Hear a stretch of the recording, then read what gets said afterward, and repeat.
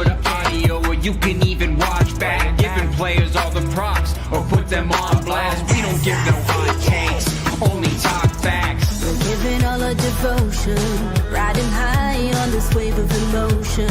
Going all out, yeah, cause this is our time.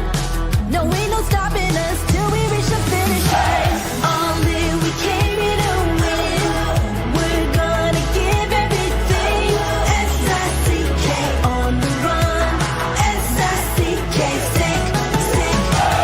On fire, we're ready to fight. We'll bring the house down tonight. S-I-C-K on the run. S-I-C-K, sick.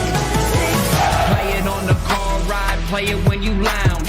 X and O, you know that we can hold it down. Shout out to my man Sammy, got it off the ground. And to all the listeners tuned in right now, got debates, analysis, and speculation. This is sports talk for the new generation. You know where to find us, got a reputation. Sick podcast, your #1 sports destination. We're giving all our devotion, riding high on this wave of emotion.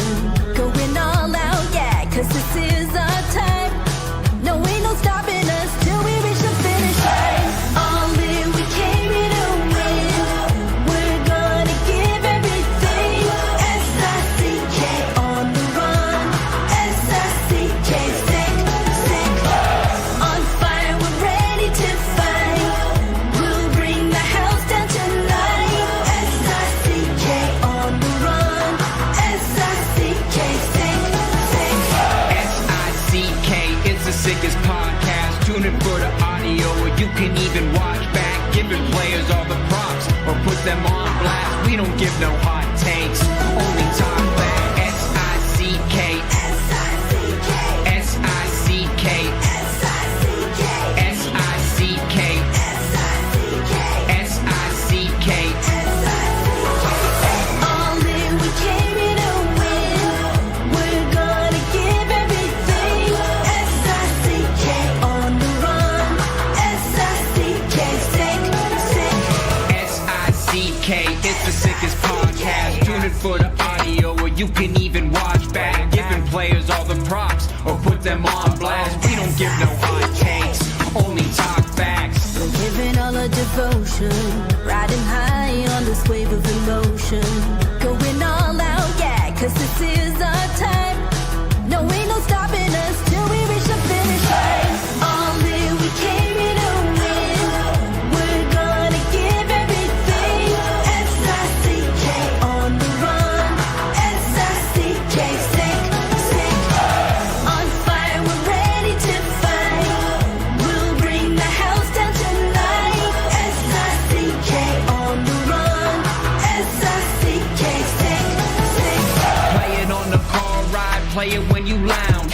X and O, you know that we can hold it down. Shout out to my man Sammy, got it off the ground. And to all the listeners tuned in right now, got debates, analysis, and speculation. This is sports talk for the new generation. You know where to find us, got a reputation. Sick podcast, your #1 sports destination. We're giving all our devotion, riding high on this wave of emotion. Going all out, yeah, cause this is our time. No, ain't no stopping us till we reach the finish line. All in, we came here to win. We're gonna give everything. S-I-C-K on the run. S-I-C-K, sick. On fire, we're ready to fight. We'll bring the house down tonight. S-I-C-K on the run. S-I-C-K, sick. S-I-C-K is the sickest podcast. Tune in for the audio, or you can even watch back. Giving players all the props, or put them on blast. We don't give no hot takes, only talk back. S-I-C-K, S-I-C-K, S-I-C-K, S-I-C-K, S-I-C-K. S-I-C-K. Turn up your volume. Because you're about to listen to The Sick Podcast. With Tony Marinaro. 55 seconds left in the penalty, a minute and 27 seconds left in regulation time. Boston 4, Montreal 3. Lafleur coming out rather gingerly on the right side. He gives it into Lemaire, back to Lafleur. Oh! The sickest Montreal Canadiens podcast. You're in the ball! Sports entertainment like no other. Rejoint, on lui fait perdre la rondelle, une passe devant. Et c'est le dégagement et ce sera la victoire des Canadiens. Coupe Stanley pour les Canadiens. Le 23e de l'histoire. You found the dogs! John, you found the dogs! He found the dogs! And all together, they worked a young team to the top. And now, a 24th Stanley Cup banner will hang from the rafters of the famous Forum in Montreal. The Canadiens win the Stanley Cup. Brought to you by Energy Transportation Group. Driven to be different. La Tibi. Embrace your true nature. And Playground, your premier gaming destination. It's gonna be sick. Matt Ohayon with you on this beautiful Friday evening in Montreal. It's Friday. That means welcome to your weekend, and thank you for starting it with the Sick Podcast. The Sick Podcast is brought to you by Energy Transportation Group, a leading asset-light 3PL that is driven to be different. From cross-border freight between Canada, US, and Mexico to coast-to-coast shipping in both Canada and the United States, Energy moves it all. They're fast, reliable, and powered by tech that delivers smarter logistics. If you need a real partner in transportation, contact the team at sick@shipenergy.com and see how Energy Transportation Group is changing the game. You haven't really played poker until you've played at Playground. Voted the Fan Choice Best Poker Room at the 2025 Global Poker Awards. Enjoy free drinks at every table, free food at all cash games, and daily tournaments, plus the biggest events in the game, like the World Poker Tour and WSOP Circuit. And don't miss your shot at the world record Bad Beat Jackpot, now closing in on $1 million, just minutes away from downtown Montreal, across the Mercier Bridge. This is Playground. We're also brought to you by Bittt Tibi Beer. Bittt Tibi has launched their new Ultra Lager, a refreshing, thirst-quenching beer perfect for those cool fall days, with only 90 calories, 2 grams of carbs, and 4% alcohol per can. Available in packs of 6 and 12 in grocery stores and dépanneurs across the province of Quebec. Ultra light and ultra refreshing. And finally, by Betway, go all the way with Betway and get a free bet up to $200 if your first bet loses. Scan the QR code on the screen or click the link in the details section to create an account and redeem your welcome offer. Offers available only for new customers. Terms and conditions apply. Offer is not available in Ontario. You must be 18 years or older, and please play responsibly. Okay, I mean, just like that, rookie showdown came and went. The Habs golf tournament kicked off. That's it. It's hockey season. We're here. We did it. We made it. The Canadiens' first preseason game is on Monday. Tony's going to be talking about that at length on Monday after the game. So he's not my usual Friday guest. This is my first time talking to him. He is an expert in all things Canadiens prospects. He is from TVA Sports. His name is Nicolas Cloutier. Nicolas, comment ça va? Ça va bien. What about you, Matt? I'm doing well. Nice to meet you virtually. Yes, likewise. You know what? Tony was in this very room, I believe, a couple minutes ago. If based on what a little spy told me. So I don't know what's this guy cooking, but interesting. All right. Well, let's jump into things, prospects, because we are heading into the preseason. We know what most of the roster is going to look like on opening night. But there's always battles. There are always battles, and there are always spots to be had. Let's start off with, well, you know what? Let's put a pause on that. Let's start across the pond, because one Canadiens prospect in Philip Erikson, a very humble 6th-round pick in 2023. He is making some noise over in Sweden with starting off his season very, very strong. This is a very shocking story in Sweden, Matt. Philip Erikson, he's had 6 points in 37 games in SHL with Växjö last year, and he just came out of the gates at the beginning of this season. So he surpassed his amount from last season already in 2 games. So he's already got 7 points. I think he played yesterday, so that might not be updated, but still doesn't take away from the fact that he's red hot at the start of the season. So just recently was first in SHL scorers, and mind you, the SHL is not a developmental league. Like, this is a very serious league, a very serious brand of hockey, Matt. Philip Erikson, what's very interesting about him is that he came to camp with Luleå, who just won the championship, and he was not penciled in to play first line minutes. But then their number one centerman, who is Brian O'Neill, he came to the office of the GM Thomas Froberg, and he told him, you know what, you play me with this guy, because this guy's got elite hockey sense, and I need to play with him. And the rest, Matt, is history.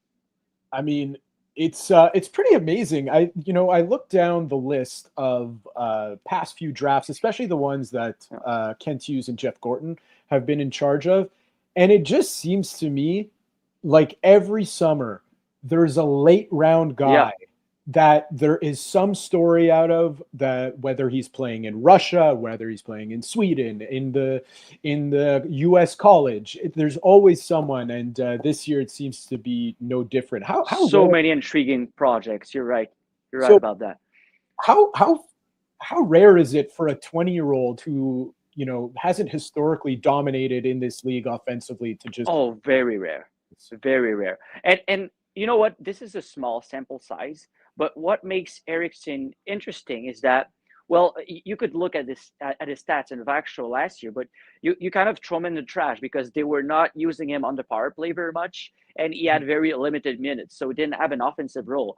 But the year before, in the Allsvenskan, which is a very good league, it's second tier in Sweden, he had some numbers that were very impressive historically among his peers. So you knew at this point that the talent was there, that he had actual legit offensive skills and on-ice vision. People in Sweden rave about his vision, from what I'm being told. But the thing is, in Sweden right now, he's such a hot name. Like, every major Swedish outlet is talking about him. And I talked to Philip Erikson in the last days, and the thing is, he doesn't like it. He's a very shy guy. And I don't think it makes him feel really well. He's not used to all that attention. He's a guy that grew up in a small town in Sweden. So for him, when he came to Montreal, he was just getting accustomed to the big city at Dev Camp, and even playing in Stockholm, because the Vaxshow plays around that area. That was with Djurgårdens, when he played with Djurgårdens, that was in a big city. Like, even this for him was a big change. So it was interesting, because I told him point blank, so you don't like this, do you? Like, I'm sensing that you don't like all of this. And he was like, yeah, to be honest, I don't like it. I'm going to be straight with you. So I found it kind of funny. So this is a guy that doesn't necessarily want the spotlight, but if he gives this up, he's certainly going to get it. Well, that's it. And I have a feeling if he does keep it up and he's in camp next year in Montreal, he's going to look back at that story and he's not going to be very happy with you, because you're going to be the one who brought all the attention to him. I'm sorry. Yeah, guilty as charged, man. But the thing is, with him, Philip Erikson, he's got a contract that runs all the way through 2027. But at the end of this year, if he dominates the SHL, he's probably going to sign his ELC with Montreal, but that does not mean he would not honor his full contract at Sweden at this point. That would just make him eligible, like, to go to the Habs camp and try to gain a spot. But he would still, if he was not to play in the NHL, he would still come back to Sweden. So probably what we're going to see is him playing in Sweden again next year, and maybe Laval starting 2027. All right. Well, let's move over to the guys who are here. Some impressive play in the rookie showdown. There's the obvious one in Florian Xhekaj. We're going to talk about him, but I'd like to talk about Owen Protz first, because this is just again a fourth rounder. You don't expect much out of a fourth rounder, but hey, 6'2", 207. He comes into camp and he's already making noise. The guy, it's like a truck. He can line up open ice. It's like few we've seen. I mean, we've seen a couple in Montreal, namely Romanov and Yemelin. But you know what, Matt? This is a skill. Like, you don't it's not only about being a big, because you see big players all the time in the NHL. You still got to time those hits. So it's a very unique skill. And Owen Protz just has it. Like you saw it at the rookie tournament. That was obvious. And the players on the other side, you started to sense that they were getting more and more shy, like going to his side during the zone entry and dumping the puck. I mean, you hesitate because if you dump the puck and you actually win the race, you might get the puck, but you're gonna get rocked like a few seconds later. So this is a very interesting prospect to me because his stock was not very high if you just go back 2 years ago. So I want to talk about Matt Turek, and you'll understand why. Matt Turek is a scout that worked for the Habs previously. Matt Turek is the guy that is credited to for having found Arbor Xhekaj when he was working with the Habs as a scout in Ontario. Matt Turek no longer worked with the Habs 2 years ago because he was GM of the Brantford Bulldogs. 2 years ago, Owen Protz is a nobody in the OHL, and he's playing third pair minutes in Sudbury with the Wolves. So he's going out of nowhere. He tries to make the most of very limited minutes. So he gets spotted by Bulldogs Brantford GM Matt Turek. Matt Turek makes a trade for him, and instantly is given a top pair role with 20 minutes a night, and the rest. Well, we know the rest of the story because the Habs finally select him in the 4th round at the draft in 2024. So unless Matt Turek made that trade, if he did not make that trade, would the Habs have seen Protz? Would the Habs have drafted Protz? We don't know, but we saw Matt Turek giving a helping hand again to the Habs, but not like on the payroll of his team this time. I'll say this about prospects, and our viewers, they know it's very rare I'll stick my neck out and say this guy, if they're not a top 5 pick, I'm saying this guy is going to be great. This guy's going to be amazing. I think I'm younger. I think I'm a lot younger than you, or maybe you've seen more than I have. I'm 29. Okay, I'm only 1 year younger than you. So we've seen the same amount of Habs prospects just absolutely flop. We've seen top 3 prospects flop. I've lived through eras where people were getting excited about Dalton Trower. So it's so funny. I was one of those people. I was one of those people who was excited about Dalton Trower. It's fine. Okay, we don't judge you. Exactly. It's a safe space. Exactly. So that's why I'm a little, I don't like to go, this guy's going to be has a chance. But all that to say, these days, it means a lot when you're 1, 2, even 3 years past the draft date, and the Canadiens are still atop these, prospect rankings lists. And some of these guys, like Owen Protz, like Florian Xhekaj, are on these lists because your draft stock is never as high as the day you were drafted. And mind you, I'm not the only one selling Owen Protz to you. He was invited to the summer showcase by Hockey Canada. Like he might actually make the Canadian team during the holidays at the World Juniors. So not every prospect has a shot to make Canada. So I'm not the only one selling you Owen Protz right now. There's actual hype about him. And the thing about Owen Protz is he doesn't need to change his game when he gets to the NHL. Because a lot of forwards, they go to the NHL and they have to figure out a new role, whole new identity, because they're not going to be skills guy at the highest level. Owen Protz at the NHL level will only need to do the same thing he did in the OHL, which is line up big hits, open ice, and make smart passes under pressure. He'll learn very fast if you have an aptitude for it. It's something you could pick up quite quickly. Could you imagine you look at the other side of the ice and you see Arbor Xhekaj and Owen Protz? Do you want to dump the puck? No. Yeah. I'm not going into that corner. I'm not paid millions of dollars to go into the corner. I'd be paid millions. I would not. So. Yeah, exactly. So let's talk about a Xhekaj brother, Florian Xhekaj, because let me tell you, I have seen limited albeit more than I thought I would see Laval Rocket hockey in the past year. Let me take you back. I think it was in March or February. I saw a game against the Cleveland Monsters, and it was interesting because the only guy who I was really excited to see was Florian Xhekaj. And the one thing I noticed, he wasn't on the score sheet that game at all. But the one thing I did notice in a 6-0 victory, mind you, was not a single player on Cleveland even peeked in his direction. Yep. And that carried through to the playoffs. I went to a bunch of playoffs games of the Laval Rocket. And again, just he's the type of guy you want in the playoffs. And now here we are. He makes a lot of noise in the rookie showcase and going into the main training camp. Do you think, I mean, listen, I said it back in, I think it was after a second round matchup in the Laval Rocket playoff run. I said it then. Is it realistic that he makes a push for a roster spot this year? I think it's really not far from NHL material right now. There might or might not be a spot at this training camp. And this is going to be, if there is a spot, this is going to be such a tight race between a few other prospects, namely Joshua Roy, who has also had a big summer. So it's tough to say. But next year, this guy's a lock.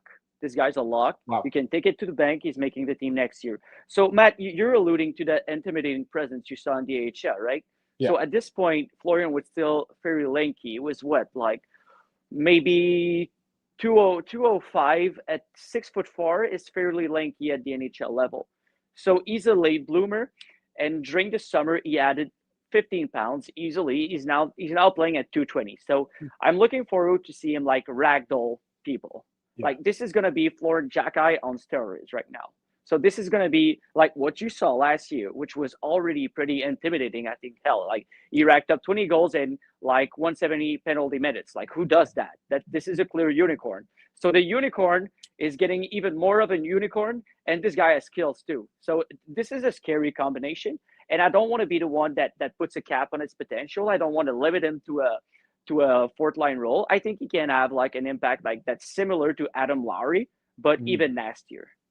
You know, that's exactly what the Canadiens need, because you look at the playoff run last year and you could say they pushed Washington if they were in every game, the Canadiens were, but at the end of the day, they lost that series 4-1 for a reason.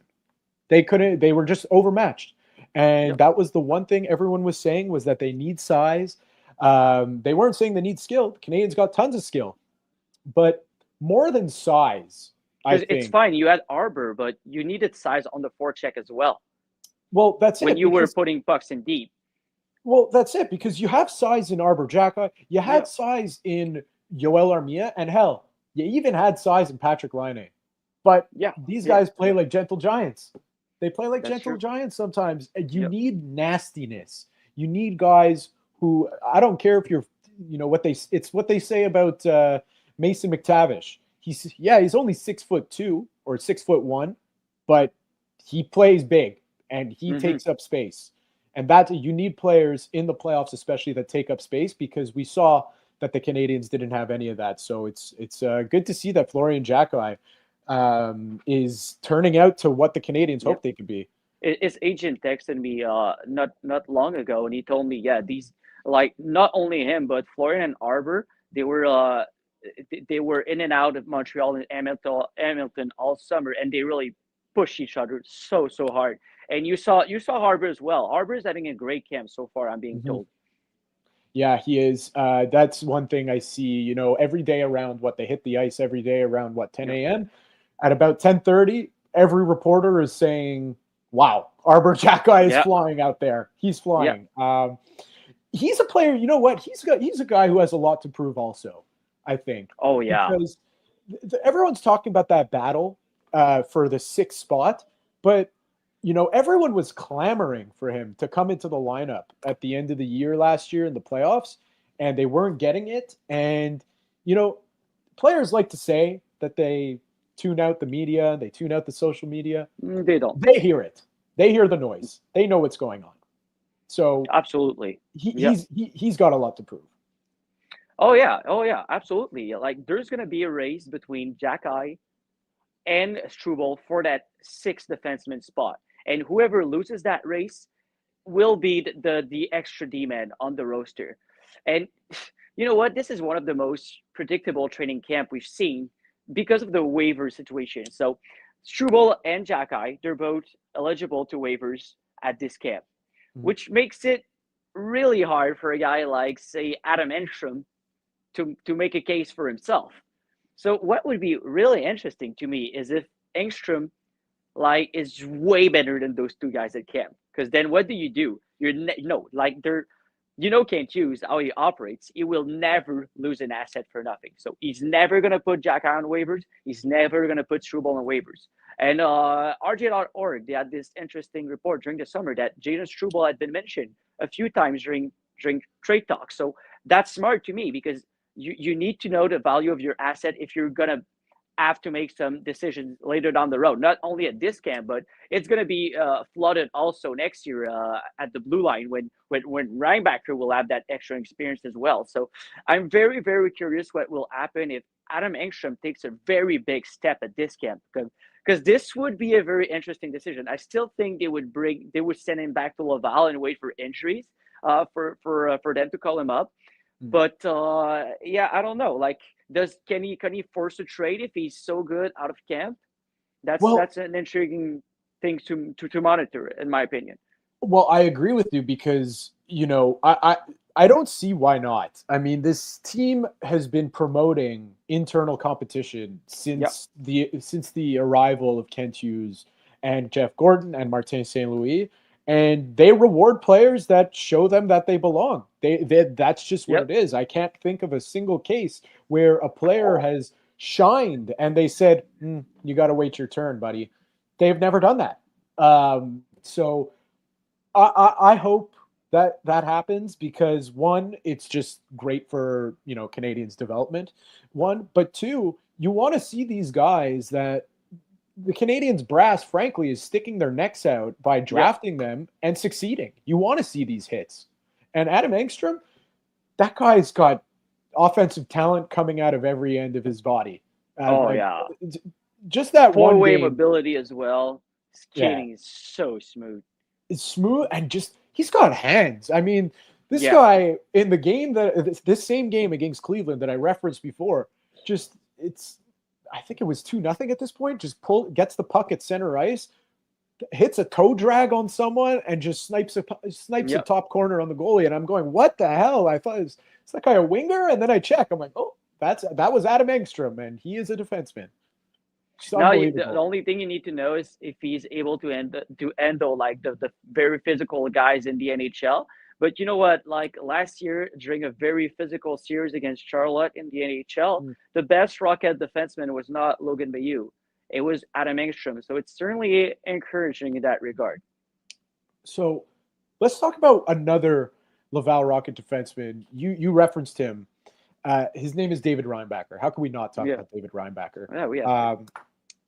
I left last year. It was the game against Charlotte in Laval. I forget which one, if it was game 2, game 3, whatever it was. And I said, that was the game where I said, I'm convinced he's going to be fantastic. And then, it's funny. I had a friend text me during the rookie showdown. I forget which game it was during. He goes, I don't know about this Reinbacher. He just made a horrible mistake. And I'm going, okay, let's calm down. Yeah. It's September. Let's calm down. As my cousin likes to call Reinbacher, he is the Coke machine on skates. Okay. He's huge. He's a frigo. He's crazy. It's funny because you look at him, when he's talking in the media or he's just wearing his jersey, no pads under, and he looks not big, but he doesn't look his size. Yeah. And then I'm seeing him on the ice, and I'm going, my God, this guy is massive, and he doesn't make mistakes. He's a horse, and he doesn't make mistakes.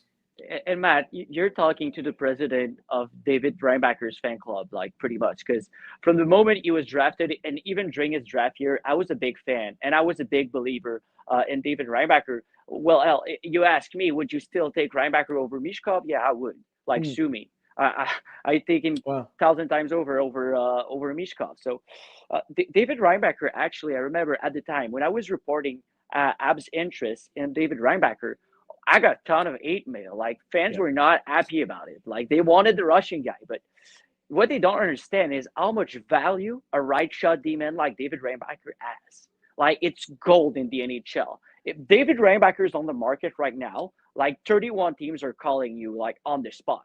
I'm telling you, this guy has everything you need in a defenseman. He has smooth skating. He has good decision making with the puck. He has a good shot. I mean, we've seen him in the Weber spot during the playoffs in the AHL, and he can rip it, honestly. And he can be physical at times when he wants to. He doesn't do it consistently yet, but he can. So he has all the package you need. Like, he could be the most complete D-man in the Habs blue line. Like, if we're talking about like 5 years down the road. You know, he's also just one of those guys that you don't expect to have the offensive touch that he has, but he can dish a first pass like nobody's business. He's got a rocket of a shot that just comes out of nowhere. And the craziest part of it all is that most of my in-person viewing of David Reinbacher is in Laval last year, which means he wasn't even at 100%. Oh no. His knee was swelling like all season long at this point, even when he came back. And I was very worried when that at the end of the season press conferences in Laval, he was still telling the media that there's swelling in his knee. But I was also very happy when my colleague Jean Tabernier at the Upper Deck Showcase reported that David Reinbacher's knee is now totally healed and he doesn't feel swelling anymore. So that was the best news you could have heard. But still, the reality remains that this is a guy that doesn't have a lot of mileage. Like, he didn't play a lot of game in the NHL, in the AHL last year. So he's gonna need an extra year in the AHL just to find his game, just to complete his development before he goes to Montreal. That's what I think, honestly, and that's pretty much what we got from the Rocket coaches during the prospect tournament. And during the prospect tournament, honestly, offensively, I found him to be very good, but still defensively, was still working the kinks of it and making a bit like making some turnovers here and there. So you see there's still a bit of rust, because even though he trained all summer, like, he was not in game situation precisely. So that's why I don't really put him in the race right now. So the race for me is Engstrom, Xhekaj, and Struble, because Reinbacher, it's pretty much a given to me that for his development, he's going to come back to the AHL and he's going to get that mileage he was not able to get last year because of the injury. So, scale of 1 to 10 on your end, how much would it shock you if Adam Engstrom really does play out of his mind and he really forces his way, or forces them to think about a move even? That would not shock me, but even if he makes them think, I don't even know if he's in the starting lineup. Are you going to lose Xhekaj, Struble to waivers? You're not. No. You're not. Are you going to start the season with 8 defensemen on your roster? I don't think so, because at this point, they would just send Engstrom back to Laval and give him like more worthy minutes.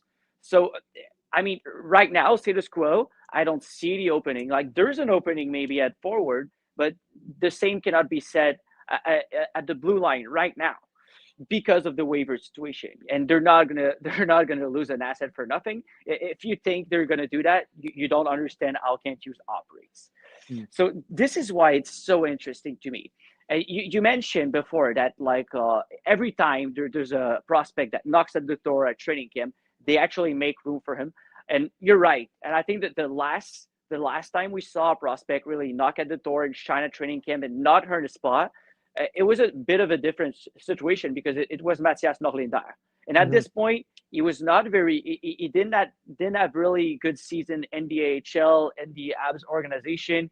And it was really a a one and done. Like it was his only good training camp with Montreal. So they sent him back to Laval, basically saying, "Okay, you really shown true in this camp, but we need to see more. Like the sample is too limited for us to just give you a spot." So that was the only time in my recollection in recent history that there was a prospect that really knocked at the door and did enough to earn a spot just based on his performance at camp, but that did not make the team. But like I said, it's different circumstances because that was one and done pretty much with Mathias Norlinder. And like we saw, he was called up I think one time after, but he didn't really we didn't really see him in Montreal afterwards. So yeah, it's a lot like when you talk about Norlinder in the three-way battle there between Xhekaj, Struble, and Norlinder, you got to think about it in terms of. You mean Ekstrom? Well, yes. Sorry, yeah, Engstrom. I'm responsible of the mix-up. Like, it's okay. No, it's okay. That was really random to throw Norlinder in there. Yeah, but it's funny. He's again one of those guys that you're like, wow, the Canadiens prospects, Matthias Norlinder, he's going to be unbelievable. And then did you remember that camp he had where it was amazing? Yeah, and then it was actually a surprise that he didn't make the team. I remember I was surprised too. Yeah, I remember it being like that. But you got to think of these guys in terms of. I heard this on another sports talk show. In terms of credit, so let's talk about. Okay, so Adam Engstrom just got his credit card. Okay. Okay. He doesn't have prior credit. Yeah. What are you gonna give him a $2 million loan right away? I don't think so. Yeah. You're gonna give that loan. You're gonna give that. But Adam Engstrom is coming to this training camp with more credit than Mathias Norlinder had because he was actually good in the AHL. When Norlinder came to that camp, he was awful in the AHL previously. Exactly. And then you're going to give the loan sooner, or they have a better chance at getting the loan of Jaden Struble and Arbor Xhekaj have a better chance at it because they got the better credit so far. But training camp, you do have a good shot to build that so-called credit. Last thing before I let you go, I'd be remiss if I didn't ask you this. How big of a deal is it that Nick Suzuki did that interview in French? Well, as a Quebecer, I must say I was even a bit emotional, listening to this because it means a lot to us. I know it's stupid for some, but to us, just a little bit of effort means a lot. And I was disappointing at some of the reactions I saw because I mean the only reasonable takeaway you can have from this, in my opinion, is thank you for the effort. Thank you for the effort because that's an effort we haven't seen from previous Habs captains. So that's the only thing you can take out of it. So when people say, "Oh, he was reading something," like, shut up. He made the effort. He made the effort. That's the only thing we want. Like, we don't ask for more. And the pronunciation, the spelling doesn't have to be perfect. I just want to see him try, and he did. And honestly, good job, man. Good job, because this is not an easy language to learn. I know that. Well, I'll say this, Nicolas. I've been living here my entire life, 28 years. If you told me, "Hey, Matt, come on my show. I want you to do an interview just completely in French," I would. Do you know how nervous you would? He didn't even look nervous on camera. I would be shaking, sweating on camera if that was me. And I've lived here my whole life. You wouldn't need like an entire bottle of Xanax just exactly. And you know what? Even in my perspective, when you guys bring me on this show, like I consider myself to be like almost fluent in English, but I'm still self-conscious about my thick accent, and sometimes I still find myself scrambling and finding my words. So I lived in the States for a bit. And I consider myself to be like almost fluent. And so I can't imagine like Nick Suzuki when he has to speak French in front of the public. Because it's one thing, like in your day-to-day, you talk to your friends and you're comfortable. It's a whole different thing than when you have to do it in front of people that can judge every spelling, every turn of phrase. Yeah, and it just for the record, I know most of our listeners and fans they appreciate it. And I appreciate that. Even me as a NHLer, I'm not an NHLer. Oh, as a Montrealer, I didn't as know, a Montrealer, and I'm born in Quebec. I consider myself Quebecois. I appreciate these things. It gives me pride to see that he's proud to be from or he's not from Montreal, but to play for Montreal, because this team means a lot to us. So hats off to Nick Suzuki. That was just really impressive, because I would certainly not be able to do that. Oh yeah, I was floored. I don't have the words right now. Just thank you. That's it. So, Nicolas, thank you very much for joining me on this Friday evening.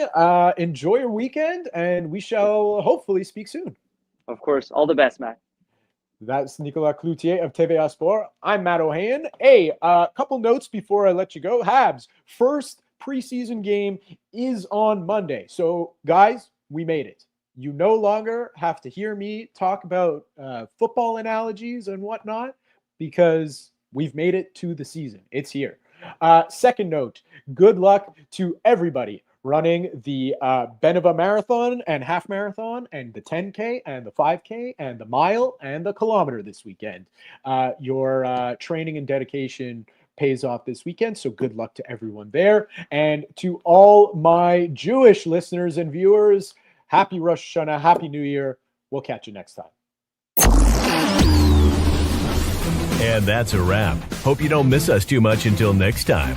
Follow The Sick Podcast with Tony Marinaro on YouTube, Instagram, Facebook, Google Play, and Apple Podcasts. The Sick Podcast is brought to you by Energy Transportation Group, driven to be different.